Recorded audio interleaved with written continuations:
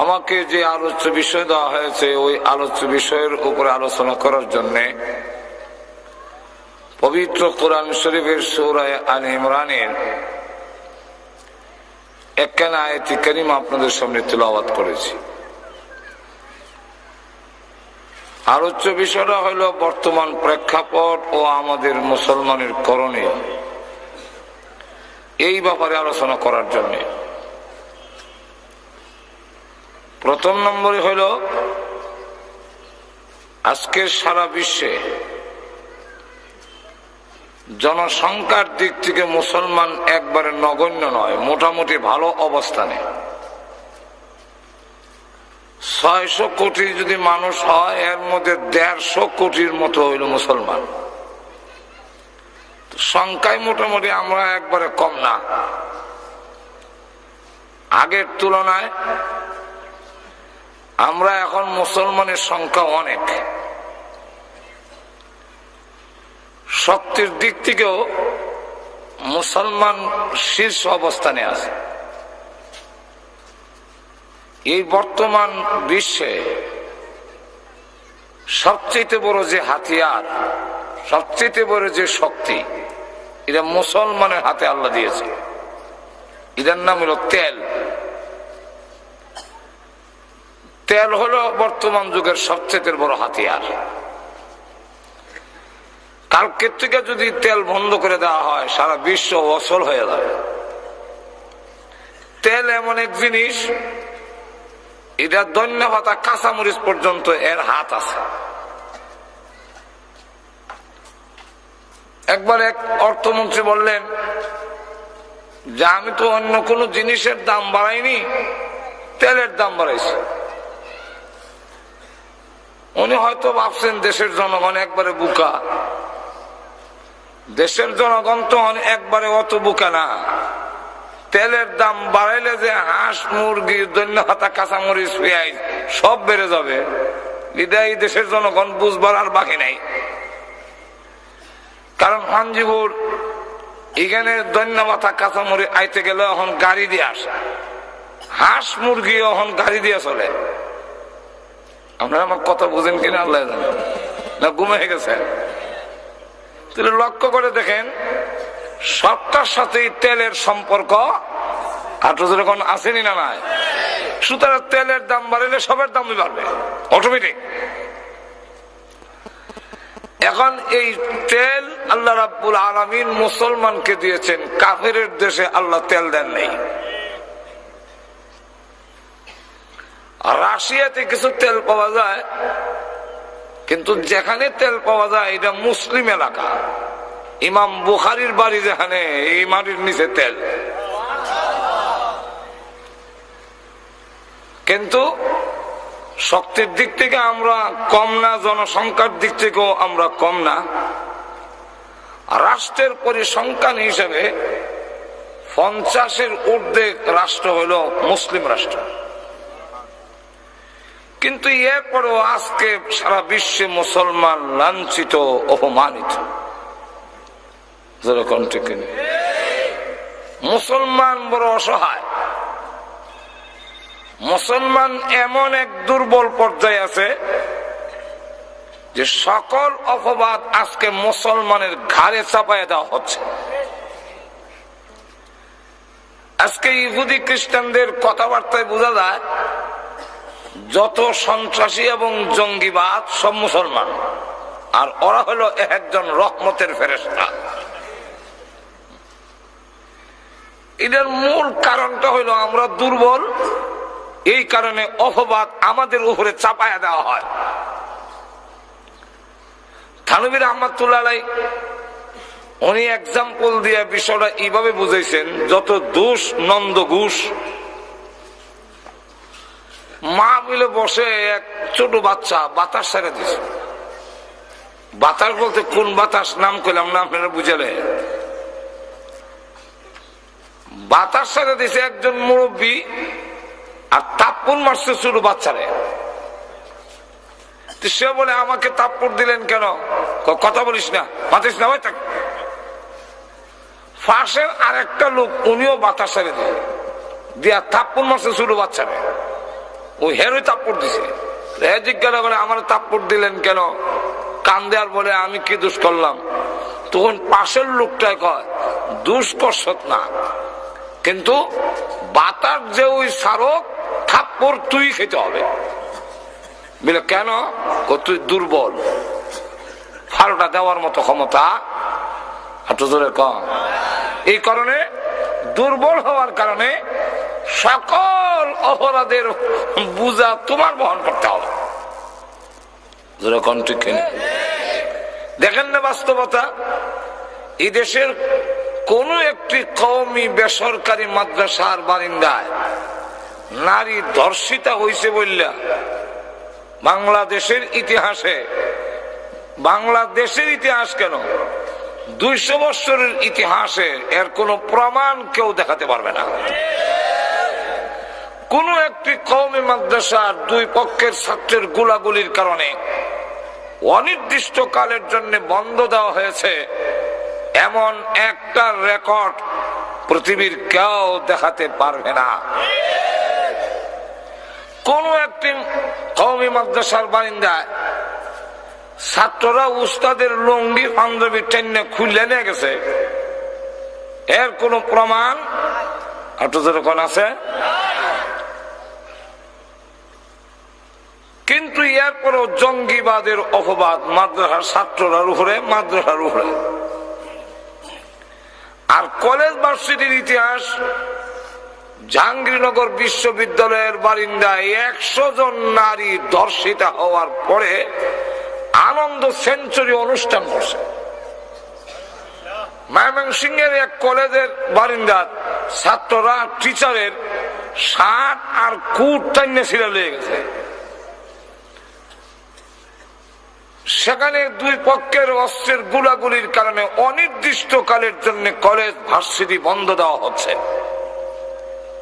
আপনারা আমার মাত বুঝেননি? সব অবাস্তব বললাম না বাস্তব? পত্রিকা উল্টে লিখবেন 5 8 লম্বা রান্দা লইয়া ছবি এমনি বেহা হয়ে দেখায়। কিন্তু এরপরও জঙ্গিবাদ আর সন্ত্রাসীর অপবাদ কলেজ ভার্সিটির কোন ছেলেকে দেওয়া হয় না। না দেওয়ার কারণ মাদ্রাসা দেখে দেওয়ার কারণ হলো এরা দুর্বল। ঠিক কিনা? আর কলেজ ভার্সিটির ছেলেদেরকে যদি জঙ্গিবাদ কোন মন্ত্রী কয়, তাহলে হকিস্টিক দিঘা বাড়িয়া মন্ত্রীগিরি ছুড়াই লিব। জোরে কোন ঠিক কিনা? তাহলে সকল অপবাদ দুর্বলের উপরে ছাপাইয়া দেওয়া হয়। ঠিক আজকে সারা বিশ্বে সকল অপবাদ মুসলমানের উপরে ছাপাইয়া দেওয়া হয়। কেন? মুসলমান আজকে অসহায়, বড় দুর্বল, এই জন্য সব দোষ মুসলমানের কাঁধে। কেন আজকে আমাদের এই পরিস্থিতি? এই পরিস্থিতি হওয়ার কারণটা কি? সংখ্যায়ও আমরা দুর্বল না, অর্থের দিক থেকেও আমরা দুর্বল না,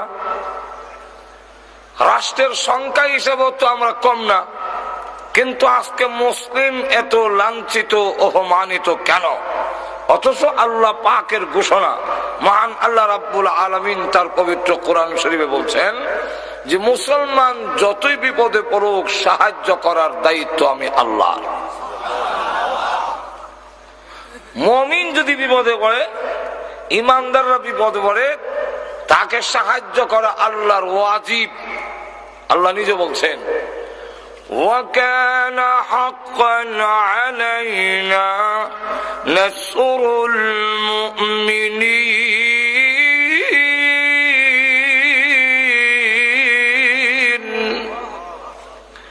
وَكَانَ حَقًّا عَلَيْنَا।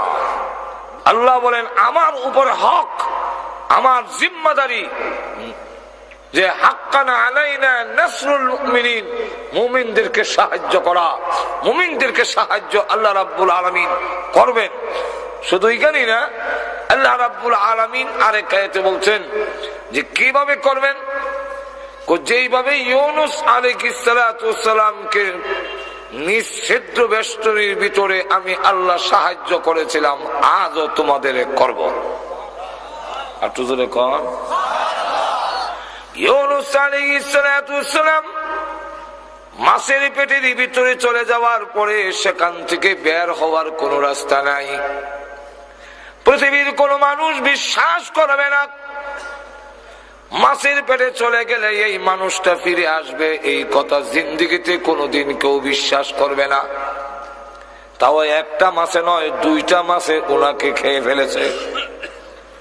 প্রথম যেই মাছে ওনাকে গিলে ফেলেছে, আর একটা মাছ এসে ওই মাছটা সহ গিলে ফেলেছে। দুইটা মাছের পেটের ভিতরে চলে গেলেন। হযরত ইউনূস আলাইহিস সালাম সেই মাছের পেটে একদিন দুই দিন না 40 দিন পর্যন্ত থাকার পরে সুস্থভাবে বের হয়ে আসলেন। আল্লাহ রাব্বুল আলামিন কোরআনে বলেন, হে ইউনূস পয়গম্বর, ওই মাছের পেটের ভিতরে তুমি যখন আমি আল্লাহর শরণাপন্ন করি, ইউনূস আলাইহিস সালাতু সালামকে মাছ, বিশাল মাছ যখন ওনাকে নিয়ে একবারে সমুদ্রের নিচে চলে গেল, সেখানে যাওয়ার পরে তাফসীরের কিতাবে উল্লেখ করেছে ইউনূস আলাইহিস সালাতু সালামকে আল্লাহ মাছের পেটের ভিতরে এমন ভাবে রাখলেন যেইভাবে একটা মানুষ গ্লাসের ভিতরে থাকলে বাহিরের সব দেখে, ঠিক ইউনূস আলাইহিস সালাম মাছের পেট থেকে সমুদ্রের সব কিছু দেখতেছে। সেখানে যাওয়ার পরে একটি গুনগুনি আওয়াজ ওনার কানে আসতে লাগলো। সেখানে আল্লাহ রাব্বুল আলামিন ফেরেশতা পাঠাইলেন, পয়গম্বর যেখানে যাক ফেরেশতাও সেখানে যাক। ইউসুফ আলাইহিস সালাতু সালাম যখন জেলখানার ভিতরে চলে গেল, জিবরাইল আলাইহিস সালাম একদিন জেলের ভিতরে গেলেন। ইউসুফ আলাইহিস সালাম ডাক দিয়ে বলেন, ও আল্লাহর পয়গম্বর, আপনি তো পবিত্র ফেরেশতা জিবরাইল, এই জেলখানার ভিতরে কেন আসলেন? এটা তো চোর ডাকাতির জায়গা, এরা তো খারাপ লোকদের বাসস্থান, অপবিত্র জায়গায় একটি জেলখানা, এর ভিতরে আপনি কেন আসলেন? জিবরাইল আলাইহিস সালাম জবাব দেয়, ও আল্লাহর পয়গম্বর, ইউসুফ আলাইহিস সালাম যেই জেলের ভিতরে ঢুকে পড়েছে, এটা আর অপবিত্র রয়েছে না, পবিত্র হয়ে গেছে। সুতরাং আল্লাহর পয়গম্বর যেখানে এসে গেছেন, সেখানে আমি জিবরাইল আসা আর কোনো বাধা হইছে না। এখন লক্ষ্য করেন, ইউনূস আলাইহিস সালাতু সালামের কাছে ফেরেশতা যাওয়ার পরে উনি ডাক দিয়ে বলেন, ও আল্লাহর রহমতের ফেরেশতা, এই অতল পানির নিচে আমি যখন চলে আসলাম, আসার পরে মাছের পেট থেকে একটি গুনগুনি আওয়াজ আমি শুনতে পাচ্ছি। ওই আওয়াজটা কিসের হয়? পানির নিচে এত গুনগুন গুনগুনের আওয়াজ কিসের? জিবরাইল বলেন, হে ইউনূস আলাইহিস সালাতু সালাম, আপনার কানে যে গুনগুনি আওয়াজ আসতেছে, এই গুনগুনি আওয়াজটা হলো গুঞ্জন যে আওয়াজ হচ্ছে, এই আওয়াজটা হলো অতল পানির নিচে যতগুলো কাঙ্কর আছে, সমস্ত কাঙ্কর গুলো মহান আল্লাহর জিকিরে লিপ্ত আছে। আল্লাহর জিকির করতেছেন, তাদের আওয়াজ আপনি শুনছেন। ইউনূস আলাইহিস সালাতু সালাম আল্লাহর পেটের ভিতরে তিনিও জিকির শুরু করলেন, লা ইলাহা ইল্লা আনতা সুবহানাকা ইন্নী কুনতু মিনাজ জালিমিন। আল্লাহ রাব্বুল আলামিন জবাবে বলেন, হে ইউনূস আলাইহিস সালাম, ওই অতল পানির নিচে দুইটা মাছের পেটের ভিতরে চারটা অন্ধকারের মধ্যে থেকে যখন আমার শরণাপন্ন হলে আমার জিকির করতে আরম্ভ করেছো, আমি আল্লাহ রাব্বুল আলামিন তোমার জিকির শুনেছি। শুধু শুনছি তাই না, ফাস্তাজাবনা লাহু, আবার জবাব দিয়েছি। শুধু জবাব দিয়ে শেষ না, ওয়ানাজ্জাইনাকুম মিনাল গাম্মি, এই বিপদ থেকে আমি আল্লাহ তোমাকে উদ্ধার করেছি। শুধু এইখানেই না, শুধু তোমাকে উদ্ধার করে শেষ নয়, এমনি ভাবে ওয়াকাযালিকা নুজিল মুমিনিন, আল্লাহ রাব্বুল আলামিন বলে এমনি ভাবে। কেমনি ভাবে? এমনি ভাবে। এই কথা বললেই এটার মধ্যে একটা প্রশ্ন দাঁড়ায়, কেমনে? ঘুমাই আছেন নাকি আল্লাহ ছাড়া কেউ জানে? তো কিছু হা না তো বলবেন। আমরা সমাজ যদি কয় এমনি এমনি আর কেমন যেরকম ঠিক কিনা, এই কাদালিকা যেখানে আসে সেখানেই একটা প্রশ্ন দাঁড়ায়। এখানে তার ক্ষতিপূরণ দেওয়ার জন্যই আসে কাদালিকা। কাদালিকা এমনি ভাবে বলতে কেমনি ভাবে, এই প্রশ্নের জবাব যে কাদালিকা যেমনি ভাবে ইউনুস আলাইহিস সালামকে নিষিদ্ধ বেষ্টনীর ভিতর থেকে বের হওয়ার কোন রাস্তা নাই। আমিন, তোমরা এই কথা ভেবো না যে আমাদের চতুর্দিকে তিন দিকে ভারত ঘেরাও করে আছে, সুতরাং আমরা বাঁচবো কেমনে, কিভাবে রক্ষা পাবে। আল্লাহ রাব্বুল আলামিন বলেন, নিষিদ্ধ বেষ্টনীর ভিতরেও যদি থাকো আর তোমরা সত্যিকারের মুমিন হও, আমি আল্লাহ অগ্রিম ঘোষণা দিলাম, সকল বিপদ থেকে উদ্ধার করার দায়িত্ব আমি আল্লাহ গ্রহণ করে নিলাম। শুধু তা না, আল্লাহ রাব্বুল আলামিন বলেন ঘাবড়াবার কোনো কারণ নাই, ঘাবড়াবার কোনো কারণ নাই। আরে আমার তিলাওয়াতকে তো আয়াতে বলেন, ওয়ালা তাহিনু ওয়ালা তাহজানু ওয়া আনতুমুল আ'লাউনা ইন কুনতুম মুমিনিন। যে তোমরা নিরাশ হয়েও না, নিরাশ হয়ে যেও না, আর মনে হয় উপায় নাই, শেষ হয়ে যাবে, নিরাশ হয়েও না। নিরাশ হওয়ার কোনো কারণ নাই। দাঁতের সাথে তুলনা দিয়েছেন, দাঁতের সাথে মুখের সাথে তুলনা দিয়েছেন থানবী রহমতুল্লাহ আলাইহি, যে নিরাশ হওয়ার কোনো কারণ নাই। মুখের ভিতরে জিহ্বা আছে, দাঁতও আছে। একটু জোরে কর, দাঁত শক্ত না নরম? আর জিহ্বা নরম না? তিন দিক থেকে জিহ্বা ঘেরাও করে রাখছে দাঁতে, যেরকম ঠিক না? তিন দিক থেকে দাঁতে ঘেরাও করে রেখে দিয়েছে। আর জিহ্বার পিছনে তো যাওয়ার জায়গাই নাই। জিহ্বা কি পিছনে যাওয়ার জায়গা আছে? গেলে ডাইনে যাইতো, আর না হয় বামে, আর না হয় সামনে। যেই কোনো দিকে গেলে শত্রু ঘেরাও, বের হবি শেষ, বের হওয়ার কোন রাস্তা নাই। এই দাঁতের মাঝখানে থেকেই আল্লাহ আল্লাহ করতে হয়।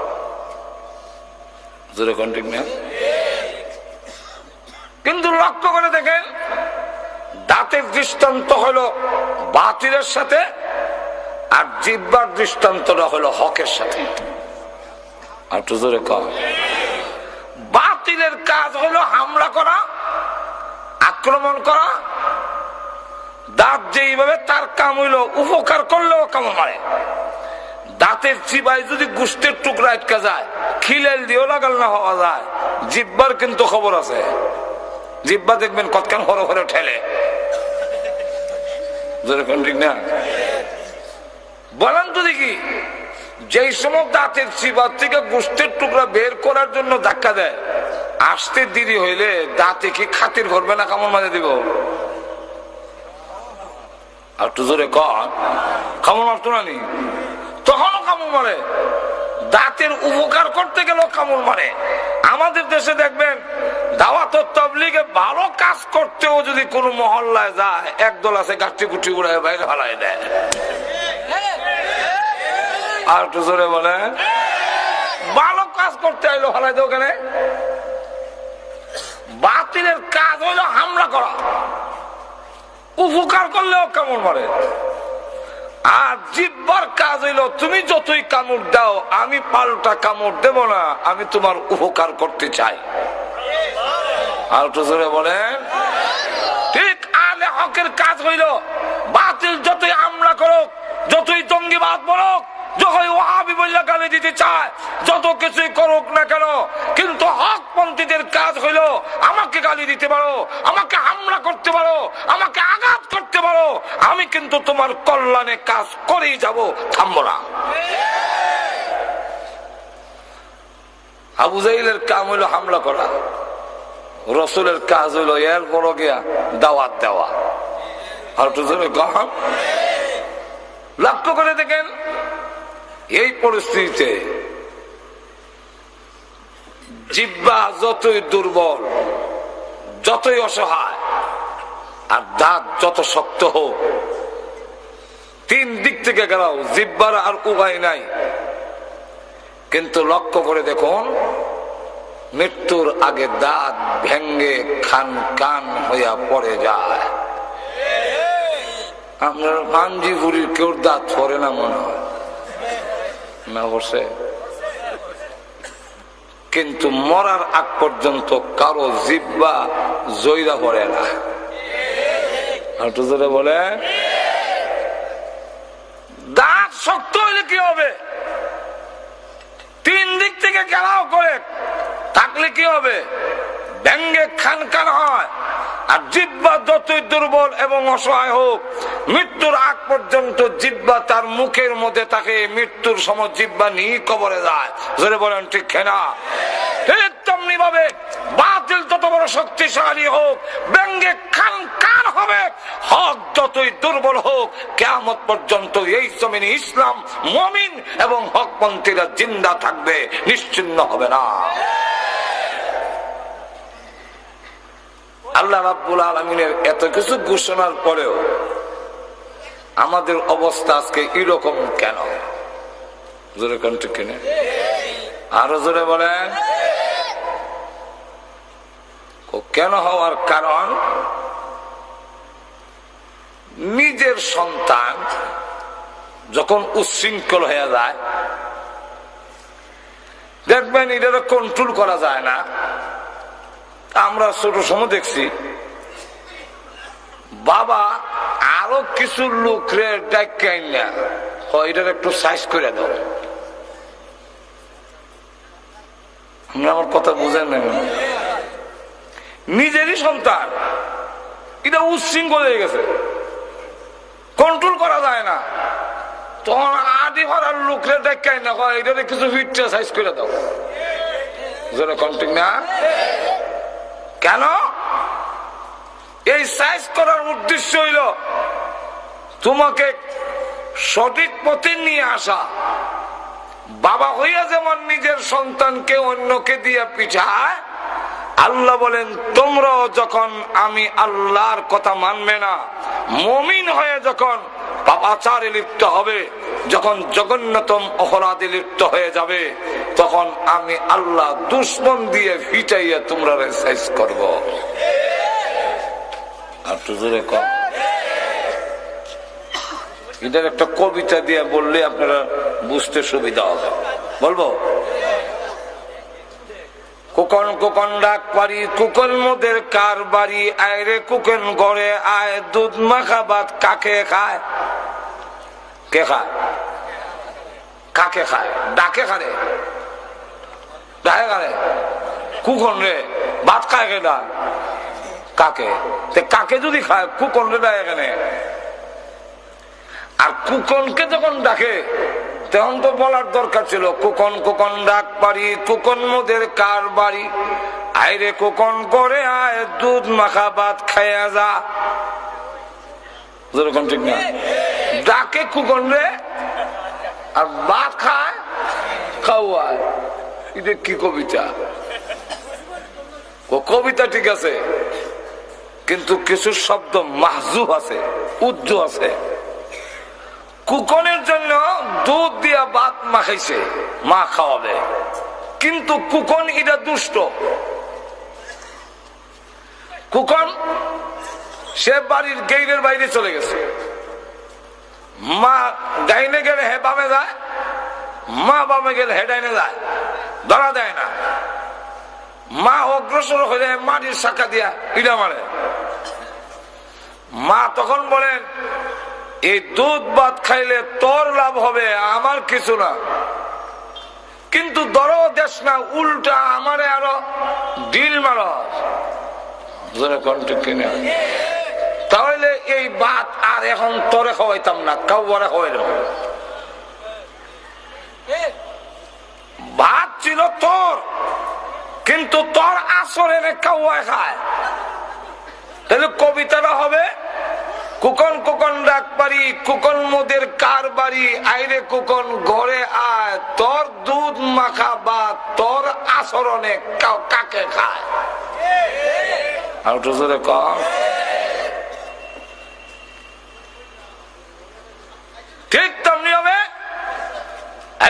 রাব্বুল আলামিন বলেন, মাটির নিচের তেল তোমাদেরকে দেওয়া হয়েছিল, শক্তিশালী হবে, আমি আল্লাহর ইবাদত বন্দেগী করবে, আমার গোলামি করবে।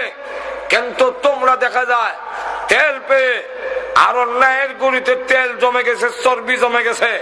এখন তোমরাও ওই মূর্তি পূজারীদের মতো মূর্তির সংস্কৃতি বিশ্বাসী হয়ে গেলে তোমরাও আমি আল্লাহকে ছেড়ে দিয়ে মূর্তির সংস্কৃতি বিশ্বাস করো, জায়গায় জায়গায় মূর্তি স্থাপন করো, ভাস্কর্যের নামে তোমরা মূর্তি স্থাপন করো, মূর্তির সামনে গিয়ে হ্যাঁ হ্যাঁ করো, যেরকম ঠিক না ঠিক না। তোমরা যখন কবরের সামনে গিয়ে সেজদা দাও, তোমরা যখন মূর্তির সামনে সেজদা দাও, তোমরা যখন এক ভণ্ডর সামনে গিয়ে মাথা ঝুঁকাও, নিজের হাতে তুমি নিজের মর্যাদা কমাইয়াছ, অতএব তোমাকে কেউ রক্ষা করতে পারবে না। আর একটু জোরে বলেন। অথচ মুসলমান যখন নিজে, আমরা অনেক সময় বলি যে হুজুর জিনিসের দাম যে বেড়ে গেল, জিনিসের দাম যে বাড়ছে, এটার কারণ কি? আমরা মনে করি সরকার পরিবর্তন হইলে জিনিসের দাম কমে যাবে, এমপি পরিবর্তন হইলেই সমস্যার সমাধান হয়ে যাবে। তখন চাউল এমন সস্তা হবে, বস্তা ভরে রাস্তার কিনারে ভালাই রাখবে আর নিয়ে আসবেন। আর হয়তো তেল, সোয়াবিন এগুলো খাল দিয়ে বাইসা দেব, বালতি বইরা নিয়ে আসবেন। এমন আশা করে কিন্তু বসে আছেন যে সরকার পরিবর্তন হয়ে গেলেই সব হয়ে যাবে, কিন্তু আদৌ হবে না। একবার আমাকে বললো, হুজুর ওয়াজ করলে খালি হবে? জিনিসের দাম যে বাড়ছে এগুলার কিছু প্রতিবাদ করার দরকার নাই। কি জিনিসের দাম বাড়লো? যে চাউলের দাম বাড়ছে। আমি না বাড়ে আমার কি হইলো? 500 টাকা কেজি হইলো, আমার তো কোনো সমস্যা নাই, আমি সারা বছর মানুষের গরু খাই। 500 না 1000 হইলে কি? তেলের দামও বাড়ছে, তা তো সমস্যা, কারণ আমার গাড়ির তো আর কেউ তেল খাওয়ায় না। দিলাম মিছিল, তেলের দাম কমাতে হবে, আর না হয় গদ্দি ছেড়ে দিতে হবে। ছেড়ে দিল, আরেক দল ক্ষমতায় গেল, যাওয়ার পরে আরো 10 টাকা করে তেলের দাম বাড়াইছে। তখন জিজ্ঞাসা করলাম, এখন বাড়াইলেন কেন? আমাকে তখন জবাব দেয়, হুজুর দেশ চালাইতে গেলে তো তেলের দাম বাড়াইতে হবে, না সরকার চালাবে কিভাবে? আমি বললাম, এই কথা তো আগের বেড়ায়ও কইছিল, তুমি আর কইয়া লাভ কি? জোরে কণ্ঠ কিনে আরো জোরে। মূল সমস্যা এখানে নয়, মূল সমস্যা হলো হাদিসে কুদসির মধ্যে আল্লাহ রাব্বুল আলামিন বলেন, তোমার দাম বাড়াও, তখন জিনিসের দাম কমবে, তোমার দাম বাড়বে। আর তুমি যখন তোমার না দাম কমায় দিবে, তুমি আশরাফুল মাখলুকাত হইয়া ফেরেশতার চাইতে শ্রেষ্ঠ হয়ে, তুমি যখন সৃষ্টির সেরা হয়ে কবরের সামনে মাথা নত করবে, বানরের সামনে মাথা নত করবে, জড়াওয়ালার সামনে মাথা নত করবে, মূর্তির সামনে মাথা নত করবে, তখন তোমার দাম কমবে, পেঁয়াজ রসুনের দাম বাড়বে। পৃথিবীর কেউ তোমাদের জিনিসের দাম কমাতে পারবে না। আর এটি বাস্তবতা। আর সাহাবায়ে কেরাম আল্লাহ ছাড়া কারো সামনে মাথা নত করতে তারা জানে না। যেরকম ঠিক না, এই কারণে তাদের দাম বাড়ছে, জিনিসের দাম কমছে। যেরকম ঠিক না, আল্লাহু আকবার। সংখ্যায় কম, কিন্তু এরপরও তাদের সাথে কুলাইতে পারছে না। আবু উবাইদা ইবনুল জাররাহ রাদিয়াল্লাহু আনহু, তিনি হলেন সেনাপতি নিযুক্ত হয়েছেন নতুন, তাই ফজরের নামাজ তিনি পড়ালেন। পড়ানোর পরই দেখে 60,000 সোলজার সামনে এসে দেখে বলতেছে, হে মুসলমানেরা, তোমরা নাকি যুদ্ধের ময়দানে মরলে জান্নাতে চলে যাও? কেউ যদি জান্নাতে যাওয়ার শখ থাকে, আসো জান্নাতে পাঠাই। জান্নাতে পাঠাই না, ক্রিটিসাইজ করতেছে। এই ক্রিটিসাইজটা কেন? এর একটা কারণ আছে।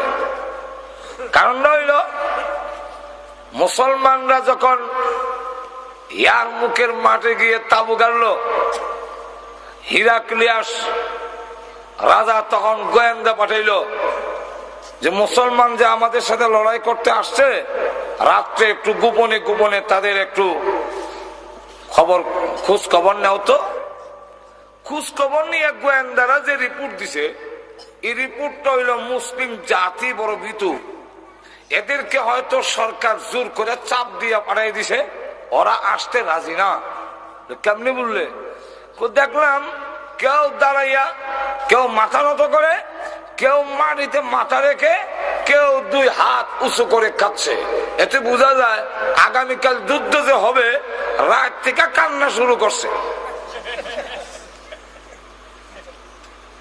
অথচ সাহাবাই কারামের অবস্থা হইল ফুরসানুন বিন নাহার ও রুহবানুন বিল লাইল।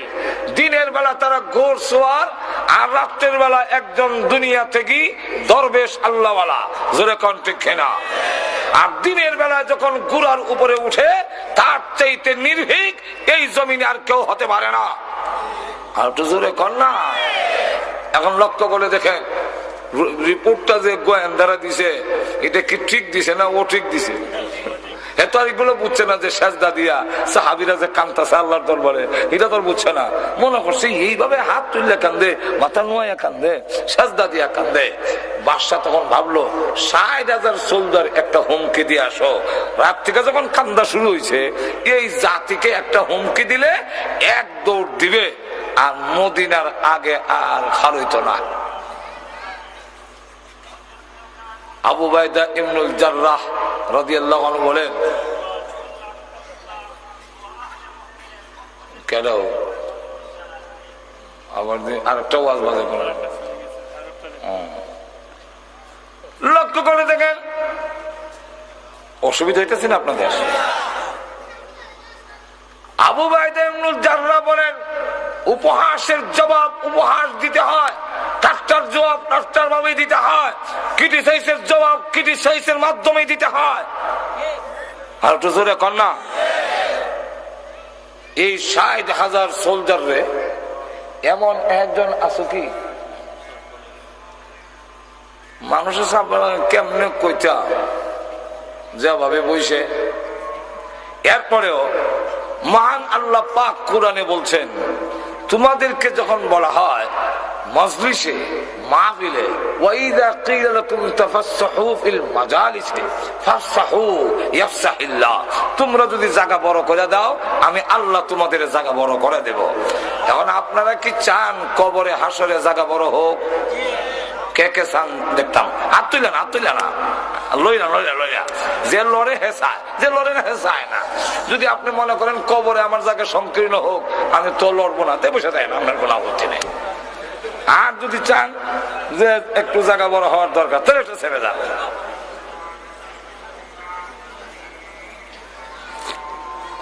ভাইরা আমার মনোযোগ দিয়ে শুনেন, এটা কার? একটা ওয়াজ হইতেছে অটোমেটিক।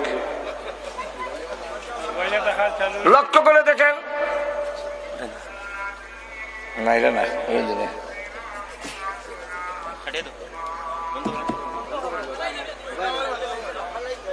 এখন লক্ষ্য করে দেখেন,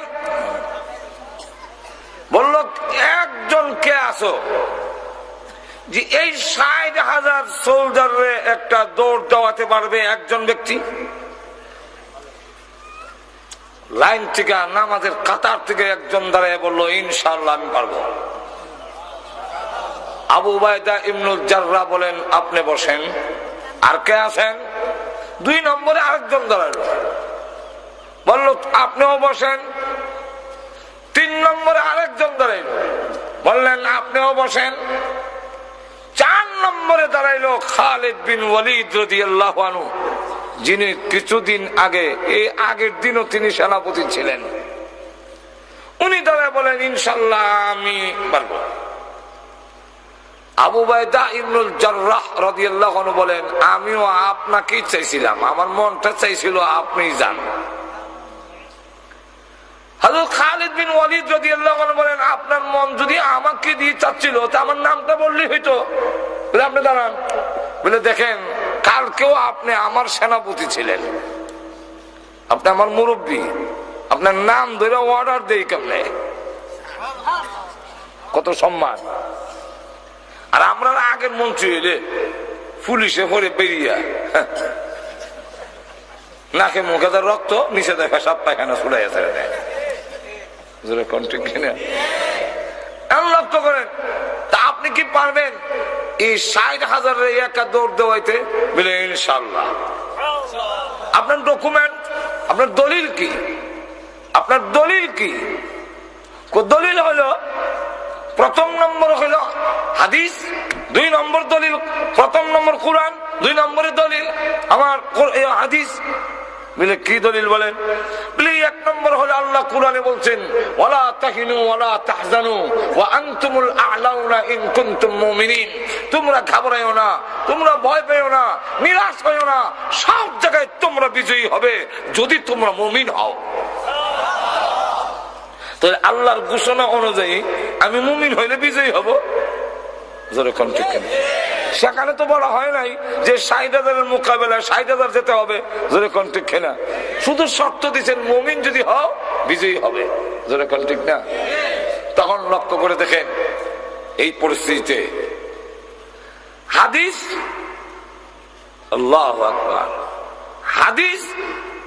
হাদিসে আল্লাহ রাসূল বলেন, যার ভিতরে ঈমান আছে সে হলো জিন্দা, আর যার ভিতরে ঈমান নাই সে হলো মুর্দা। 60,000 মুর্দা, আমি একা জিন্দা। আর 60,000 মুর্দার জন্য একজন জিন্দাই যথেষ্ট নাকি? আপনার গ্রামের কবরস্থানে আপনি একা গিয়ে দাঁড়ালে কবরে যারা আছে কেউ দাঁড়াবে আপনার সামনে? তাহলে এই 60,000-এর জন্য আমি একাই যথেষ্ট। আচ্ছা, তাহলে আপনি যান, তবে একা যান কেমনে? আরো 59 জন দেই, তাহলে কজন হবে? মাথা পিছে কজন করে হরে? 1001 জন। তাহলে দূর থেকে সুইচ টিপ দেওয়া না, কাছে গিয়া এক তরবারি নিয়ে সেটাছেদি। ঠিক না? শুরু হয়ে গেল লড়াই। ফজর নামাজের পরে উভয় পক্ষের ঘুরার খুরের আঘাতে ধুলাবালু এমন উঠতেছে, যার বলে বিজয়ী হচ্ছে না পরাজয় হচ্ছে, কে মরছে না কিচ্ছুই বোঝা যায় না।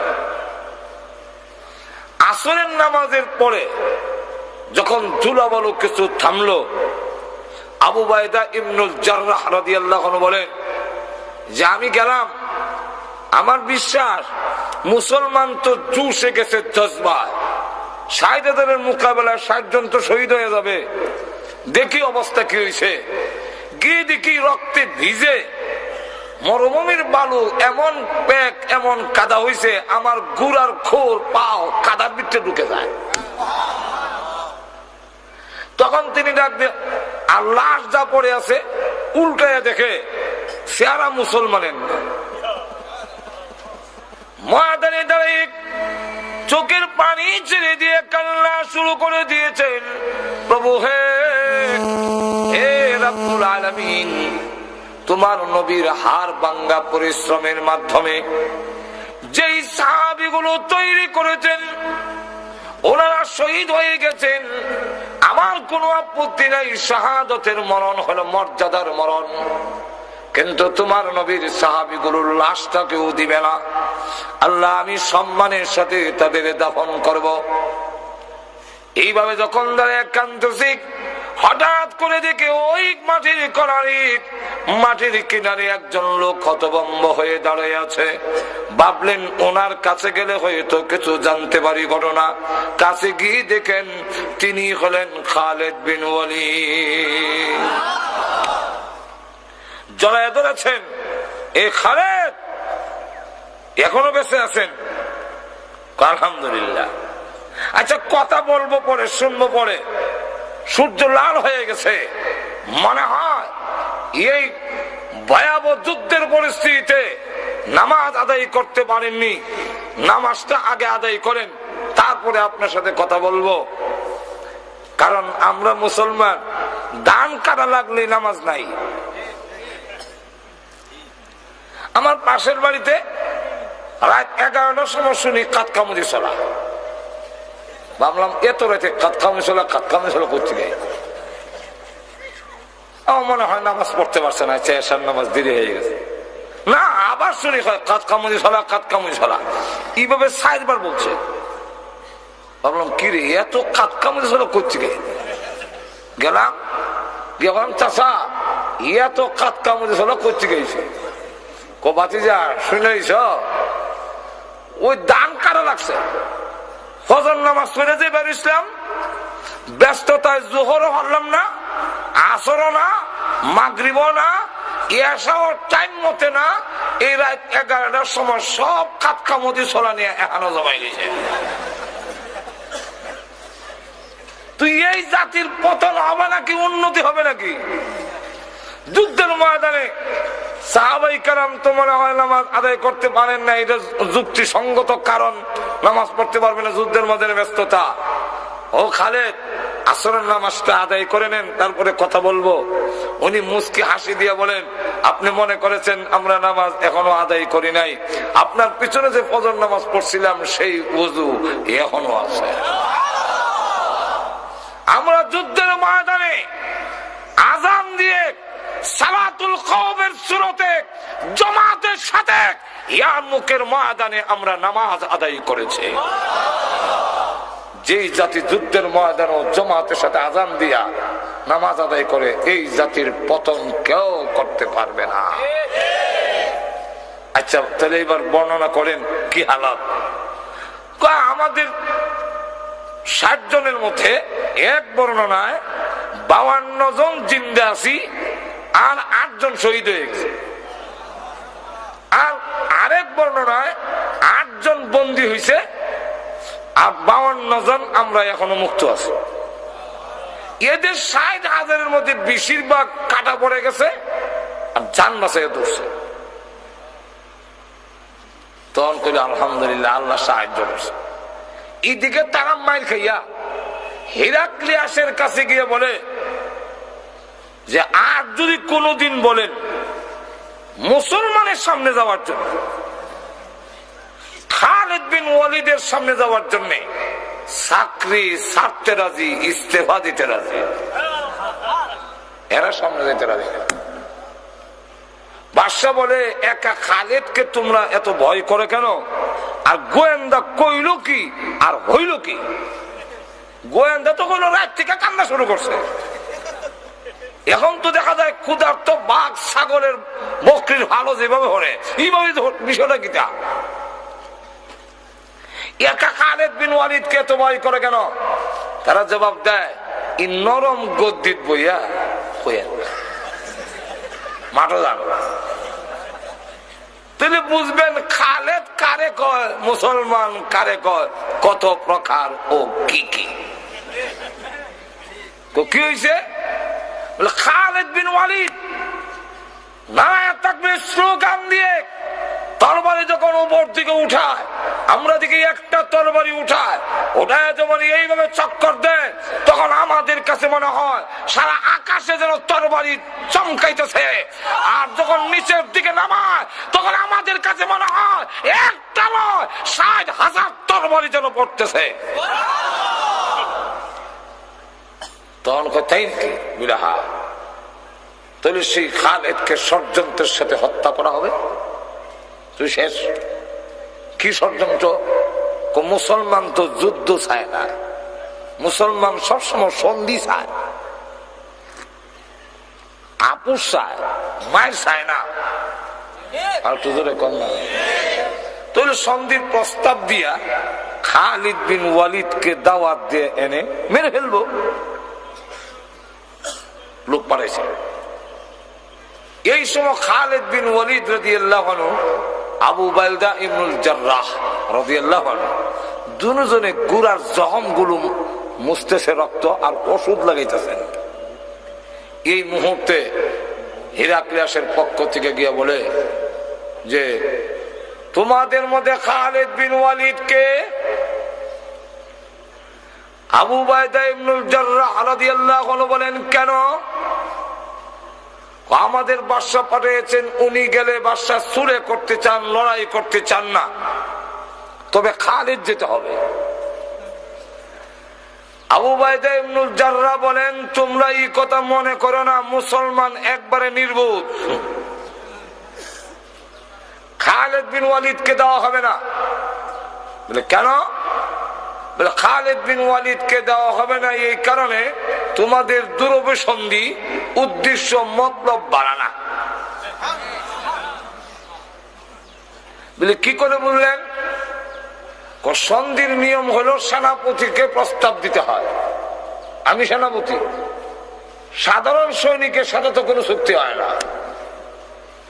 আমার নাম না কইয়া খালিদের নাম কোখানে, তাহলে বোঝা যায় তারে নিয়ে তোমরা উদ্দেশ্য ভালো না, সুতরাং দেওয়া হবে না। খালিদ বিন ওয়ালিদ রাদিয়াল্লাহু আনহু লাফ দিয়া ঘোড়ার উপরে উঠে গেছেন, উঠতে বলেন, হে সেনাপতি, সন্ধি করা আমার নবীর সুন্নাত, আমি গেলে যদি তারা মানে তাহলে নবীর সুন্নাত পালন করার জন্য আমি আপনি সেনাপতির হুকুম অমান্য করতে বাধ্য। আমার নবীর সুন্নাতটা আমি জিন্দা করি, আমি গেলে যদি মানে অসুবিধাকে আমি যাই। ঘোড়ার উপরে যখন উঠে গেছে, আবু উবাইদা ইবনুল জাররাহ বলেন, ঠিক আছে আপনি যান, তবে আপনার সাথে আরো 99 জন নিয়ে যান। 99 জন নিয়ে গেল। সেখানে যাওয়ার পরে গিয়া দেখে 3 লক্ষ সোলজার সৈন্য দিয়ে লাইন ধরে দাঁড় করে গেট তৈরি করেছে, তরবারির গেট। এদিকে সৈন্য তরবারি, এরাও এদিকে দিয়া এমন ভাবে নিচু করে গেট তৈরি করেছে যে হিরাক্লিয়াসের দরবারে ঢুকতে গেলে মাথা নত করে ঢুকতে হয়। আর অর্ডার হইল, যখন ভিতরে ঢুকে পড়বে তার মাথা থাকবে নিচে আর তরবারি থাকবে কুশের ভিতরে, তখন তার বের করতে পারবে না, তখন তাকে মেরে ফেলা হবে। খালিদ বিন ওয়ালিদ রাদিয়াল্লাহু আনহু গেটের সামনে গিয়ে বলে, তরবারির গেট সরাও। কনা এটা সামরিক সম্মান, গার্ড অফ অনার দেওয়া হচ্ছে আপনাকে, ঢুকেন। উনি বলেন, এই জাতের গার্ড অফ অনারের দরকার নেই। কেন? বলে তোমাদের গেট দিয়ে ঢুকতে গেলে মাথা নত করতে হয়, আমরা এই মাথা জীবনে বহু মূর্তির সামনে নত করেছি। ঈমান আনার পরে আল্লাহ ছাড়া পৃথিবীর কোন শক্তির সামনে সম্মান দেখাবার জন্য মুসলমান মাথা নত করে না। সুতরাং তোমাদের গেট সরাও, আমি ঢুকবো না। কোনা ঢুকতেই হবে। সরাবি না লাথি দিতাম? যদি না সরাও একটা লাথি দিব, তখন আর এই তরবারের গেট ওর থাকতো না। ঘুমাই গেছেন মনে হয় আপনারা, রক্ত ঠান্ডা হয়ে গেছি। সুবহানাল্লাহ বলবেন না? কি সাহস! এমনি ডাক দিয়া কয়, এইটা কই আইসো জানো? বলে জানি না, বুঝিয়ে আইছি। বাদশা জায়গায় চিল্লা চিল্লি কিসের শোনা যায়? বলে খালিদ বিন ওয়ালিদ আসছে, কিন্তু এটা দিয়ে ভিতরে ঢুকে না, উষ্টাই বলে হলাই দিব। বাদশা কয়, গেট সরাও, লোকটারে একটু দেখে নেন। ভিতরে নেওয়ার পরে সেখানে আরো 90,000 সোলজার রিজার্ভে রাখছে, না জানি কোন ঘটনা ঘটাইলা। 100টা চেয়ার দিছে বসার জন্য। খালিদ বিন ওয়ালিদ রাদিয়াল্লাহু আনহু ভিতরে ঢুকেই প্রথম চেয়ারটা দেখেই এটা উল্লে এক সাইডে রেখে দিয়েছেন। যেই মাত্র উনি হলাই দিয়েছেন, 100 জনের সেনাপতি তো সর্দার তো উনি, বাকি 99 জন আমরা হলাই দিলাম, এরা ওরা হলাই দিছে। দিয়া খালিদ বিন ওয়ালিদ বাদশার সাথে গিয়ে আডু লাগাইয়া বসে।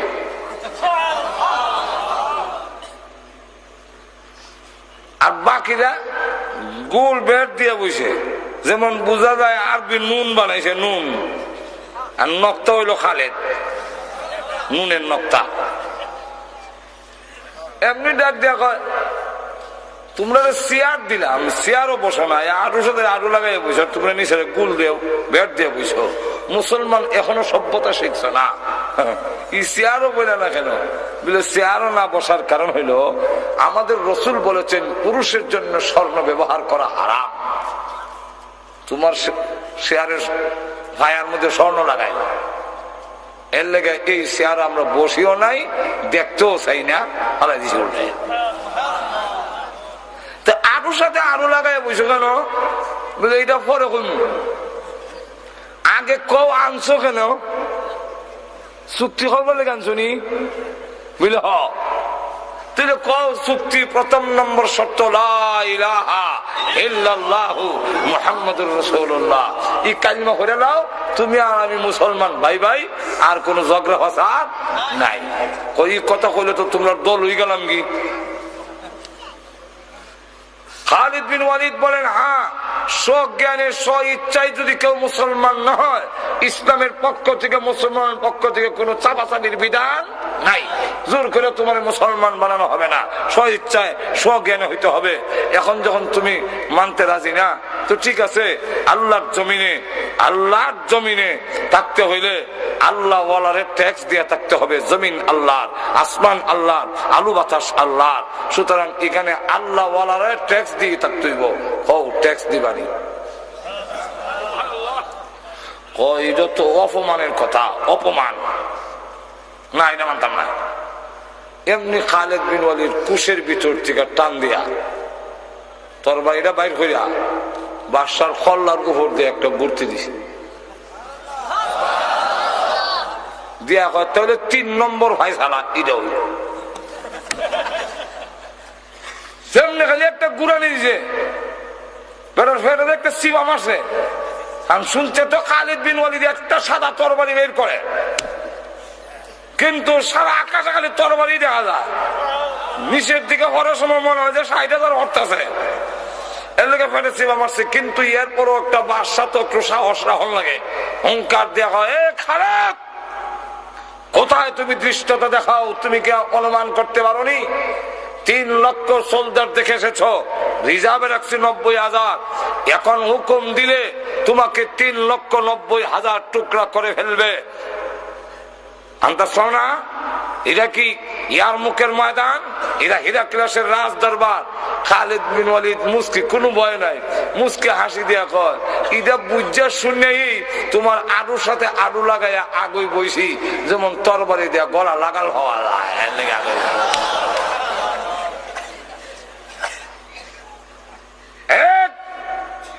বাদশা। শোনো, তোমার জবান থেকে যদি অর্ডার বের হয়ে যায় খালিদকে হত্যা করার জন্য, আমার যদি হায়াত না থাকে, হয়তো 3,90,000 টুকরা হতেও পারি, কিন্তু শুনে রাখো, অর্ডারটা বের হওয়ার সাথে সাথে খালেদের তরবারি যখন গর্জে উঠবে, তখন তোমার দেহের থেকে মাথাকে বিচ্ছিন্ন করে দেওয়া হবে।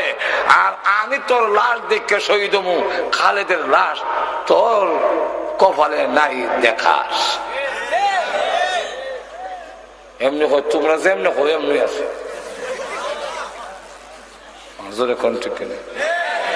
এই খালিদের আজকে ভাবার হইলো কইলে খালিদের বাহাদুরি নয়। খালিদ বিন ওয়ালিদ তো উহুদের যুদ্ধে আলীর সামনে দাঁড়াতে পারিনি, আমির হামজার সামনে দাঁড়াতে পারিনি, তাই পলায়ন করে পাহাড়ের পিছন দিয়ে গিয়ে হামলা করেছিল। সম্মুখ পথে যুদ্ধ করার মতো খালিদ আলীর সামনে দাঁড়াবার ক্ষমতা ছিল না, হযরত আমির হামজার সামনে দাঁড়াবার ক্ষমতা ছিল না। এই খালিদ এত শক্তিশালী হলেন, এটা তার নিজস্ব ক্ষমতা নয়, আল্লাহর ওয়াদা। তোমরা যদি সত্যিকার মুসলমান হও, আমি আল্লাহ ওয়াদা দিলাম, সব জায়গায় বিজয়ী হবে, পরাজয় কোনোদিন হবে। তেল বুঝে খায়। ঘুমাই গেছে মুসলমান, মুসলমান ডাক পারি, মুসলমান মোদের কার বাড়ি, আয় রে মুসলমান ঘরে আয়, ইরাকের তেল বুঝে খায়। বুঝে যদি ইরাকের তেল খায়, আপনি মুসলমানকে ডাকেন কেন? এই কবিতারও এমনি হবে, মুসলমান মুসলমান ডাক পারি, মুসলমান মোদের কার বাড়ি, আইরে মুসলমান ইসলামের গড়ে আয়, তোদের আচরণে ইরাকের তেল বুঝে খায়। আর তো জোরে কর, তোমরা যদি ওই সাদ্দাম যেইভাবে কমিউনিস্ট পার্টি করে বাট পার্টি করার পরে সেও আল্লাহ মানত না, জায়গায় জায়গায় মূর্তি স্থাপন করেছে, জায়গায় জায়গায় বিশাল সাদ্দামের মূর্তি, সেও আল্লাহর প্রতীক, দিল ছুঁড়ে আল্লাহকে আঘাত করে সারা ইরাক সফর করলে সুন্নতকে অনুসরণ করার মতো মাদ্রাসা একটাও রাখে নাই। আপনি কোন মসজিদের ইমাম ইরাকের ভিতরে লম্বা দাড়িওয়ালা কোন ইমাম পাবেন না। যাও কিছু মাদ্রাসার নামে আছে, এগুলার মধ্যে শিক্ষকেরও দাড়ি নাই, ছাত্রেরও দাড়ি নাই, ডান হাতে সিগারেট, বাম হাতে কিতাব। এই জাতের আনালে এই অঞ্চলের ভিতরে আমার কোনো দাওয়াত নাই। শোনো, ও এটা করে এর আগে তো আর নেই। 19 তারিখ একটা প্রোগ্রাম আছে, তাও এই প্রোগ্রামটা হারিখান্দি হুজুর লন্ডন বইয়া এরপরে জাগাত বইয়া লন্ডন যে সময় গেছিলাম ওই সময় বইয়া ঠিক করা হয়েছে, কথা বুঝছেন? সুতরাং আজকের মাহফিলটাও হযরত মাওলানা রফিক আহমদ সাহেব, আপনাদেরই এলাকার বন্ধুপ্রতি হযরত মাওলানা রফিক আহমদ, আপনারা প্রায় চিনেন, উনি ওই আমেরিকার আশরাফ বড় মসজিদের 6 তালা মসজিদের ইমাম। সুতরাং ওইখানে বইয়া, আর আমি আমেরিকা গেলে ওনার এখানে ওই পুরা মাস তখন লাগে, খাওয়ান লাগে, তো দাওয়াত না হলে কেমন নিমুখ আরামি হয়, ঠিক না? তো সেখানে বসে প্রোগ্রামটা লেখানো হয়েছে, তাও জোহরের পরে। এর অর্থ হইল রাত খালি নাই, ঠিক না? সুতরাং এতে আপনারা কি খুশি না বেজা? আর একটু ধরে বলেন, অসুবিধা ছেড়ে দেয়, আর একটু ধরে বলেন। তিনি লক্ষ্য করে দেখেন সাহাবায়ে কেরামের ভিতরে দুনিয়ার মহব্বতের চাইতে আখিরাতের মহব্বত বেশি, সন্তানের মহব্বতের চাইতে আল্লাহ রসুলের মহব্বত বেশি। যেরকম ঠিক কিনা? এক মহিলা 6 বছরের বাচ্চা নিয়ে ঘুমায় আছে, ঘুম থেকে শুনে রাস্তা দিয়ে যায়, হযরত বিলাল রাদিয়াল্লাহু আনহু ডেকে ডেকে বলে, হাইয়া আলাল জিহাদ, হাইয়া আলাল জিহাদ, জিহাদের দিকে চলো, জিহাদের দিকে চলো। বিশ্বনবী মসজিদে নববীর সামনে অপেক্ষায় আছেন। আল্লাহ নবীর কোন আশেক যদি তে করে ঘরে বসে দেখো না, তাড়াতাড়ি মসজিদে নববীর সামনে হাজির হয়ে যাও। এই কথা শুনে মহিলার ঘুম ভেঙে গেছে, ঘুম থেকে উঠে চোখের পানি ছেড়ে দিয়ে কাঁদলেন। বিলাল রাদিয়াল্লাহু আনহু প্রতিদিন আযান দেয়, হাইয়া আলাস সালাহ, হাইয়া আলাল ফালাহ। আজকে বলতেছে হাইয়া আলাল জিহাদ, এবং বলেছেন আল্লাহ নবীর আশিক থাকলে গড়ে থেকো না, ওই মসজিদে নববীর সামনে হাজির হয়ে যাও। আরে আমি তো মহিলা মানুষ, যেতে পারবো না, আর আমার কোনো সন্তান নেই, আমার স্বামী বদরের যুদ্ধে শহীদ হয়ে গেছে, বদরের যুদ্ধে শাহাদাত বরণ করেছে, আমি এরপরে বিধবা স্ত্রী, আমার আর কোনো সন্তান নাই, একটা মাত্র সন্তান 6 বৎসরের। এই বাচ্চাকে আর যুদ্ধের ময়দানে দেওয়া যাবে? ও প্রভু, আমি যে শহীদের মা অথবা মুজাহিদের মা কোনটাই হতে পারলাম না, আমি যে আল্লাহ এবং নবীর মহব্বতের নাজরানা পেশ করতে পারি নাই, এই জন্য বসে বসে কান্দে। মার নানা চড়াবে, সন্তানের ঘুম ভেঙে গেছে, সন্তান জাগ্রত হইয়া মার চোখের পানি দেখে 6 বছরের বাচ্চা দেখে বলে, মা গো, ও মা, আপনি কেন কাঁদলেন? মা ডাক দিলে, ছেলে, এই মাত্র বিলাল ঘোষণা দিয়ে গেছে, হাইয়া আলাল জিহাদ, আল্লাহ এবং নবীর মহব্বতে যদি কেউ থাকো, গড়ে থেকো না, মসজিদে নববীর সামনে হাজির হয়ে যাও। সন্তান রে, তোর আব্বা বদরের যুদ্ধে শহীদ হয়ে গেছে, আমি বিধবা স্ত্রী, তুই ছাড়া আমার আর কোন সন্তান নেই, আমি আল্লাহ এবং তার নবীর মহব্বতের কোন নাজরানা পেশ করতে পারলাম না, মুজাহিদের মাও না, শহীদের মা তো নাই, হতে পারলাম না, এই জন্য রে কান্দি। আমি যে নবীর আশেক, আমি যে আল্লাহর আশেক, তার তো কোনো প্রমাণ দিতে পারিনি। 6 বছরের বাচ্চা না, মা আর কি করবো, চলেন আমাকে নিয়ে ওয়াদা দিলাম, আপনাকে আমাকে শহীদের মা অথবা মুজাহিদের মা না বানাইয়া আল্লাহর কসম গো মা আর আমি বাড়িতে কোনোদিন ফিরে আসবো না। 6 বছরের বাচ্চাকে মা জিজ্ঞাসা করেন, যাবি তুই? যাব। চল। মসজিদে নববীর সামনে লাইন ধরেছে যুদ্ধে যাওয়ার জন্য। মহিলা গিয়া লাইনে দাঁড়ায় গেছে 6 বছরের বাচ্চার আঙ্গুল ধরে।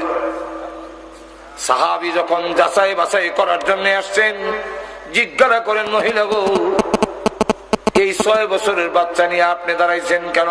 মহিলা তো নেওয়া হবে না, 6 বছরের বাচ্চাও নেওয়া হবে না, কেন দাঁড়াইলেন? মহিলা ডাক দিয়ে বলে, নবীজির কাছে বলো আমার আর কোন সন্তান নাই, এর চাইতে বড় কোন সন্তান নাই, আমাকে তো নেওয়া হবে না, মহিলাকে যুদ্ধের পারমিশন দেওয়া হবে না। এই বাচ্চা নিয়ে আসলাম, নবীজি যেন আমার বাচ্চাকে গ্রহণ করে কোনো একটা কাজে লাগাইয়া দেয়। নবীজির কাছে আমার কথাটা পৌঁছান। আল্লাহ নবীর কাছে যখন বললেন, নবীজি একজন মহিলা 6 বছরের বাচ্চা নিয়ে দাঁড়িয়ে গেছে, আল্লাহ নবী মহিলাকে ডাকলেন, ও মা, এই বাচ্চা নিয়ে কেন লাইনে দাঁড়িয়েছেন? মহিলা ডাক দেন, ইয়া রাসূলুল্লাহ, এর চাইতে বড় বাচ্চা যে আমার নাই, নিয়ে যান আপনার খেদমতে লাগাইয়া দিয়েন। আল্লাহ নবী বলেন, মা গো, 6 বছরের বাচ্চা কি কাজে লাগবে? 6 বছরের বাচ্চা কি কাজে লাগাবো? মহিলা তখন ডেকে বলে, নবীজি, যুদ্ধের ময়দানে কাফেররা যখন তীর মারবে, ডাল দিয়া তো প্রতিহত করতে হয়, ডালের অভাব পড়তে পারে, আমার 6 বছর বাচ্চাকে নিয়ে যান, কোন কাফের যদি আপনাকে তীর মারে গো, ওই ঢাল না ধরে আমার সন্তানকে সামনে ধরে দিবেন, সন্তানের কলিজায় তীরের আঘাত লাগতে পারে, আল্লাহর কসম বিশ্ব নবীর গায়ে আঘাত লাগতে পারে না।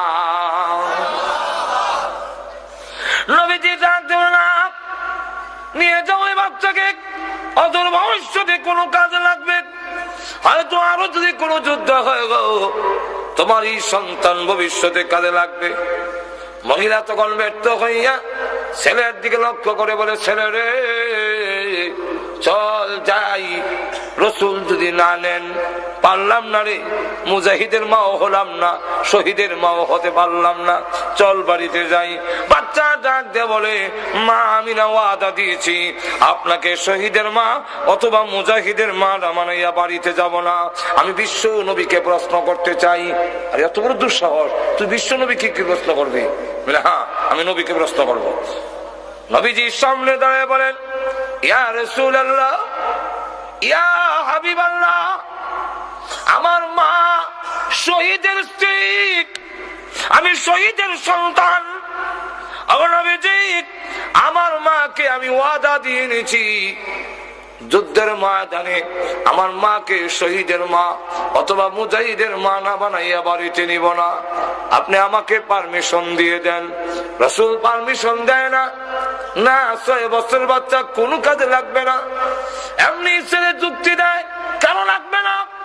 আমি আমার বাড়ি রেখেছি, আমার মা যখন চুলাতে পাক শাক করে তখন মোটা মোটা লাকড়িগুলো পড়ে দেয়, হালকা পাতলা লাকড়িগুলো চুলার ভিতরে আগে দিতে হয়, নাইলে আগুন ধরতে দেরি হয়, আগুন ধরে না।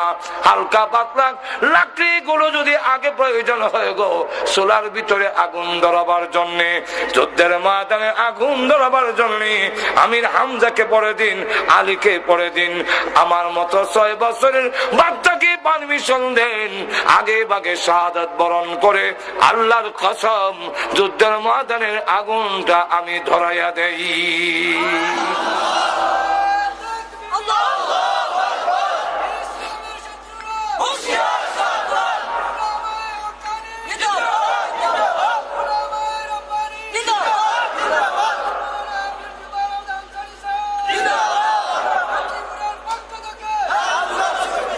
লক্ষ্য করে দেখেন, যে মাত্র এই কথা বলেছে নবী এবং সাহাবায়ে কেরাম চোখ বড় করে ফেলেছেন।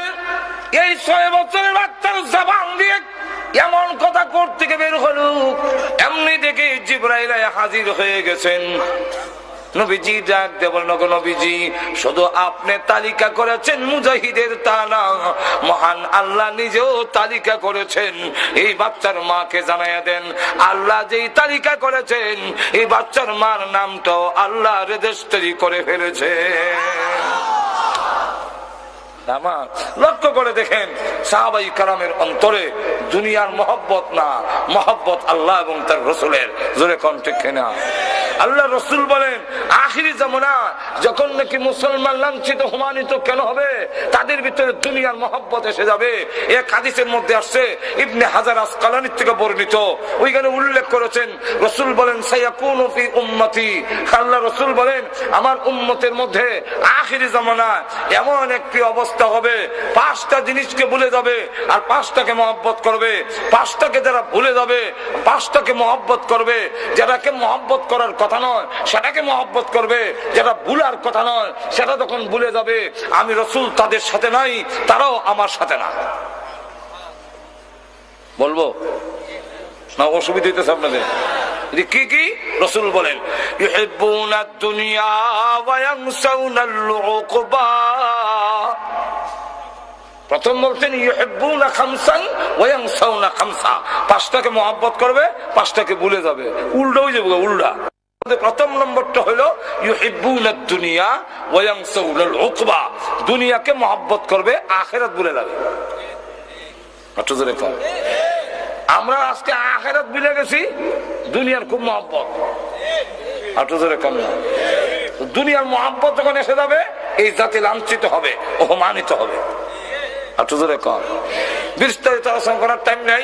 ইউহিব্বুনাদ দুনিয়া ওয়া ইয়ানসাউনাল উকবা, এক। দুই নম্বর হলো ইউহিব্বুনাদ দিয়ার ওয়া ইয়ানসাউনাল কুবুর, দুনিয়ার গড়ে পছন্দ করবে, কার গড়টা কত সুন্দর হয়।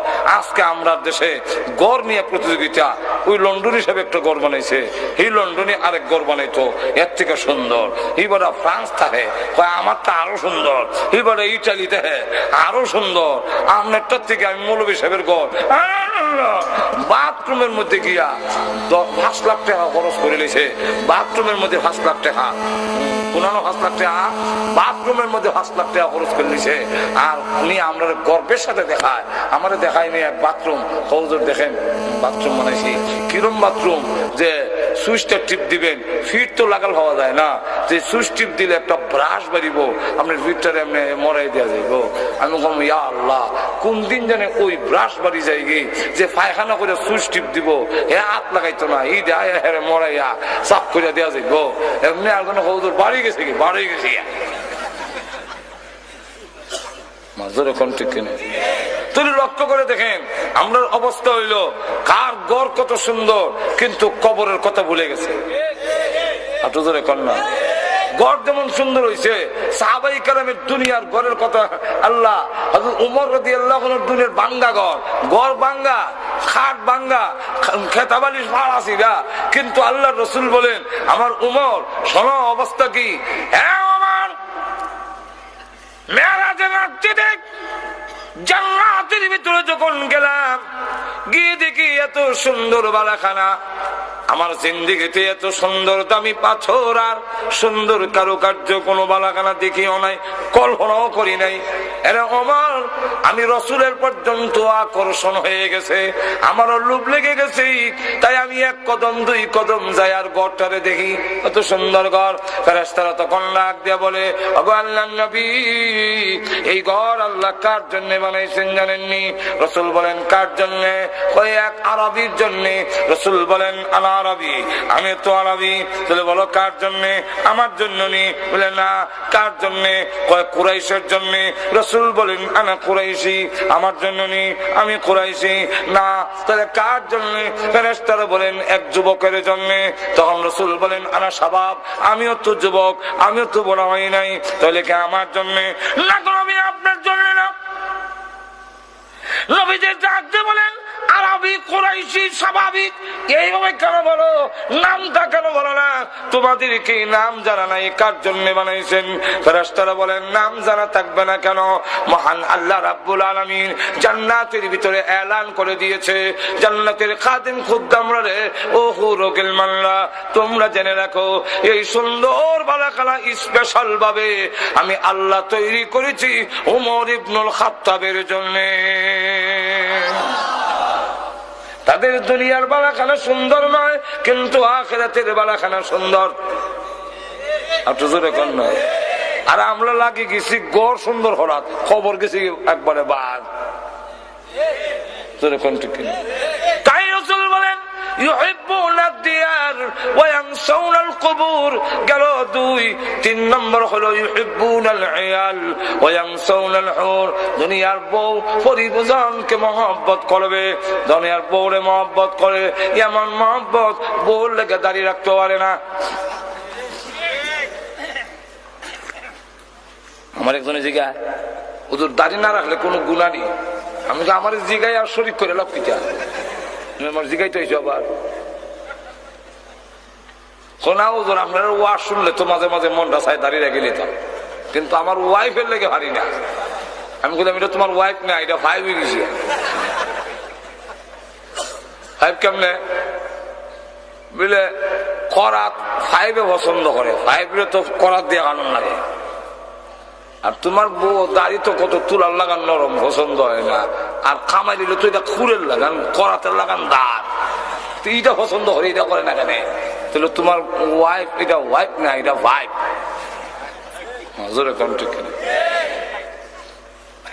আর বউ নারাজ হলে কি হয়েছে? মা বাপ ছাড়তে রাজি, বউ ছাড়তে রাজি না, এমন সোনার টুকরা হয়েছে। একবারে মৌলিবাজার আমার দারু বইয়া গান গা কোথাও নাকি তা গান, ও বাপ মরলে বাপ পাওয়া যায়, মা মরলে মা পাওয়া যায়, বউ মরলে রে বউ পাওয়া যায় না। আমি লিখতে কইছি, এমনি আপনারও শোনাবেন লেগে তো কইছি, আপনার ওয়াজে খামো লাগবো, আমার বলে ওয়াজে খামো লাগবো, এর লেগে এমন কিটা ওই একবার বাপ মরে গেছি তো আত্মীয় স্বজন লোকেরা কয় বাবা খাইন না, কি করবা আয়াত নাই, একদিন তো তুমি মরবা আমি মরবো, সবর হলো যাক, তোমার বাপ মরছে কি হয়েছে, আমরা তো আছি। কিছুদিন পরে মা মরে গেছি, আবার কান্দে তো মহিলা আত্মীয় স্বজনরা কয় খাইন না, কি করবা হায়াত নাই, তোমার মা মরছে আমরা তো একদিন মরবো, তো যাক রে বাবা তোমার মা মরলে কি হয়েছে, আমরা তো আছি। কিছুদিন পরে বউ মরে গেছি, এখন আর কেউ কয় না তোমার বউ মরছে লেখেছে, আমরা তো আছি। আস্তাগফিরুল্লাহ আস্তাগফিরুল্লাহ। ওই যে কইছে এর লেগে হে বুঝি লাইছে, বাপ মরলে বাপ পাওয়া যায়, মা মরলে মা পাওয়া যায়, বউ মরলে বউ পাওয়া যায় না। আমরা দেশের যুবকরা হালত দেখলে তো বোঝা যায় আসলেই দেবো যেরকম ঠিক কিনা। আরে দেখেন বউ মরলে বউ পাওয়া যাবে, মা বাপ বিদায় হলে পৃথিবীতে মা বাপ আর ফিরে পাওয়া যাবে না। আপনি বিদায় হয়ে গেলে আমি ধৈর্য ধরে যদি তাকি গো কিয়ামতের মাঠে আপনাকে চিনতে যেন আমার অসুবিধা না হয়। সাহাবী ডাক দিয়ে বলে গো চিনে রাখতে হবে না, তুমি যদি ধৈর্য ধরে রাখতে পারো যে আল্লাহর দ্বীনের জন্য শাহাদাত বরণ করব, ওই আল্লাহ নিজেই তোমার আর আমার পরিচয় করাইয়া দিবে। আর গড়ও গেছে না, এখান থেকে যুদ্ধের ময়দানে গিয়া শহীদ হয়ে গেছে।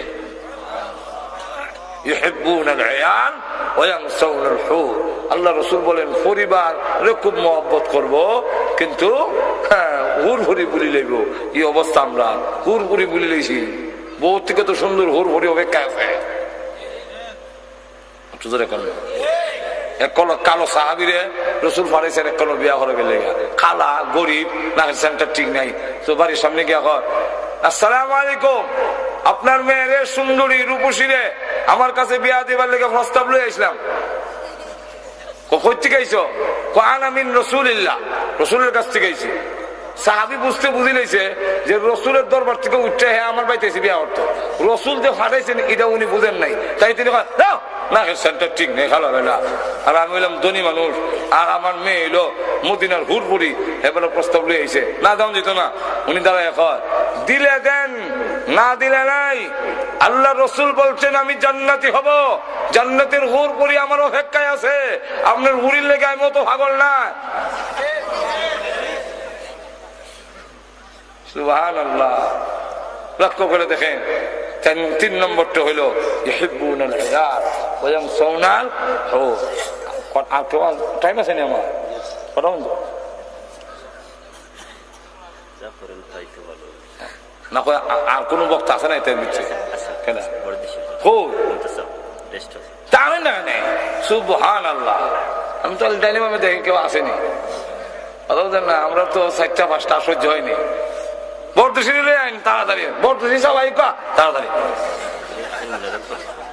এখন লক্ষ্য করেন আখের মতো টাইম বেশি নাই, আমি নাই, আমি তো নাই দিকে ঠেলতেছি। এখন লক্ষ্য করে দেখেন ইউহিব্বুনাল আয়াল ওয়া ইয়ানসাউনাল হুর, এগুলো 4 নম্বর। 5 নম্বরটা হলো ইউহিব্বুনান নাফসা ওয়া ইয়ানসাউনাল্লাহ, নিজেরে মহব্বত করবে। ওটা শুরু গেছি, আমার কথা শেষ হইছে, কথা শেষ হইছে তো উঠি এখানে। আমার তো আসল ঘটনা রয়েছে, আসলটা এখন ঠিক কেনা আসলটা কোনটা? রসুল বলেন যে দুনিয়া, পতনের কারণ কি? টাইনা সিরাজে খাইব, মুসলমানের পতনের কারণটা কি এবং আমাদের করণীয় কি? আমাদের করণীয় হইল যদি এই অবস্থার থেকে পেতে চাও, যদি মুক্তি পেতে চাও, তাহলে প্রথম নম্বর হইল দুনিয়ার মহব্বত কমাইয়া আখিরাতের মহব্বত, আল্লাহ এবং তার রসুলের মহব্বত অন্তরে ফিট করো। 2 নম্বরটা হইল কারাহিয়াতুল মউত, মউতের ভয় হইছে, মউতের ভয়। খেলে যারা নাকি লন্ডন জন্ম হইছে আর বাড়ি গরু নকরি নিছে, হাঞ্জি ঘুরাইবার লেগে অত দরকার নাই, খারা বড়া আইতো না, খারা বড়া বইয়ে থেকে জান বাসা না, খারা আইতো না মজুরে কোন ঠিক কিনা। কেন লেগা এদিকে বাড়ি ঘর বালা না, হিঙ্গেলের বাড়ি ঘর বালা। আর যারা নাকি লন্ডন থেকে বাংলাদেশের সিলেটের ঘর বাড়ি বালা, তার মন কানে কতখানে সিলেট হইতো সাহাবাই কারাম আল্লাহ ওয়ালারা পরকালের ঘর বালা, কতখানে খালি যাইতো জান্নাতের ঘরে। আর আমরা পরকাল বালা না, ইগেনের গাড়িটা বালা, ইগেনের ঘরটা বালা, তাই আমার মন ইদিকে টানে, এদিকে টানে, জোরে কম ঠিক কিনা। আপনারও ধরে লইছে মৌতের ভয়। সাহাবাই কেরাম মৌতের তামান্না নিয়ে, শাহাদাতের তামান্না নিয়ে যখন ঝাবায়া পড়তো, যেই জাতি মৃত্যুর তামান্না নিয়ে ঝাবায়া পড়বে, এই জাতিকে দমায় রাখার মতো ক্ষমতা পৃথিবীর কোন শক্তি নাই। আর যে মৃত্যুর জন্য প্রস্তুত থাকবে, তার দুনিয়ার প্রতি লোভ থাকবে না, গাড়ির প্রতি লোভ থাকবে না, জোরে কোন ঠিক না? ঠিক না। 4 নম্বরটা 3 নম্বরটা হইল মাহমুদ শেখুল হিন্দ মাহমুদুল হাসান দেওবন্দি রহমাতুল্লাহ আলাইহি, উনি মাল্টার জেল থেকে বের হয়ে বলেছিলেন মুসলমানের পতনের যে কারণ, মুসলমানের পতনের যে কারণ 2টা সবক শিখাইছি। এর একটা সবক হইল মুসলমানের পতনের কারণ হইল মুসলমান আস্থার নিজস্ব শিক্ষা কোরআন থেকে সরে গেছে, বিজাতীয় শিক্ষার গুরুত্ব বেশি, তার কোরআনের শিক্ষার গুরুত্ব নাই। 4 নম্বরটা হইল যে মুসলমানের ভিতরে একতলাফ, এবিলে দলিন, এবিলে জল্লিন, এবিলে তল্লিন, এবিলে খাড়া, এবিলে বুয়া, এবিলে রুকুত, এবিলে বইয়া দূর চলে ওয়াহাবি, আর বইয়া সালাম দিলে ওয়াহাবি, আর খারিয়া সালাম দিলে ওয়াহাবি। এটি যদি হয়, আপনারা দেখেন কত বড় আমরা তার ঢুকাই দিছে। বইয়া দূর পড়লে যদি ওয়াহাবি হয়, বইয়া সালাম দিলে যদি ওয়াহাবি হয়, যে আমরা কইব ওয়াহাবি, হে ও ওয়াহাবি, এর 14 গোষ্ঠী ওয়াহাবি। বুঝলে কেমনে? বলে আমাদের মধ্যে বইয়া দূর গুলি হরে, খারিয়া কেউ হরে না, নামাজের দূর নাই, বইয়া না খারা সালাম আসেনি নাই বিলে। আসসালামু আলাইকা ইউহান নবী আসানা নামাজ তোলে এরা কয় নাই তো ইমাম সাহেব আসসালামু আলাইকা ইউহান নবী রাহমাতুল্লাহ।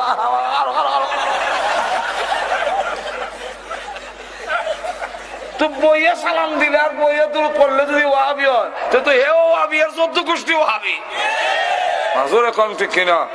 সুতরাং কে দলিন আর জল্লিন যদি জিগাই বলে হাসরের দিন, এই বেটা তুই দলিন আর জল্লিন বলে বিচার হইব পরে আগে আলহামদু কও, তখন আলহামদু কে দেখা দেবো আমরা শতকরা 95 জন আলহামদুলিল্লাহ রাবে।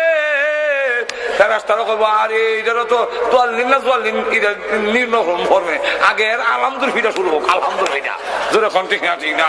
যেখানে আমরা নাম তো ঠিক নাই, এখানে ওই মাক দুধ গেলে গেছে মাই যেরকম ঠিক না ঠিক না।